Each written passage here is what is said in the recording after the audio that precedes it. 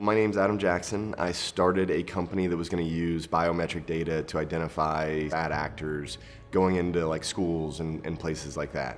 That business was called Edge AI, and it was shut down by the Tennessee Alarm Board in 2017.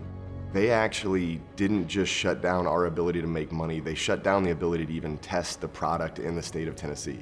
And so it wasn't a thing where we could keep developing a product as a startup, go out and raise money to get us over this hump. It was everything had to stop immediately or I was gonna be fined like it was some crazy amount if we kept developing the product. The system is stacked against the little guy, where all these people want to do is they're willing to take a risk, to invest their life savings into starting and building a business.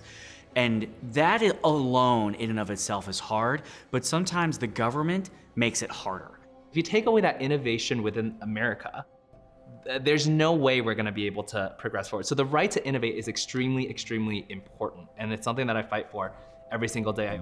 Hi, my name is TJ Chang. I work in startups. So what I do is I build a lot of startups. I've actually eventually built my own venture capital groups to fund a lot of these startups. And I also built a venture studio group to be able to help build these startups. There's a study that came out that far more patents come out from companies that are less than 50 employees than more than 50 employees. Small businesses are really what's innovating. And look at companies like Amazon, YouTube, Google, they're buying smaller companies. That's their business model. A lot of the innovation actually is occurring when they acquire a startup business. So if Tennessee can be able to pick up on that trend, really help small to medium-sized businesses flourish, then we could really get ahead of that here. It's easier for the big business to come in and figure things out or to change the law to make it more favorable to them.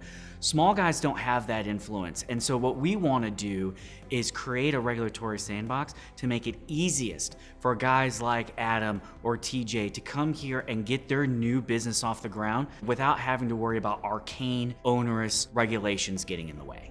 It's important for Beacon to help Tennessee lead this charge and turn Tennessee into that innovation capital of the US, because if Beacon doesn't get involved in this, nobody will. We see Tennessee as a state of freedom. And I think that same narrative should apply to technology and innovation. Anybody that wants to do computer vision in the state of Tennessee now gets to. I don't think the general population understands how big computer vision is gonna be, but it's changing how manufacturing works. It changes how supply chain works. Every self-driving car has computer vision in it. So my story would have just ended with me standing in front of an alarm board trying not to scream at them.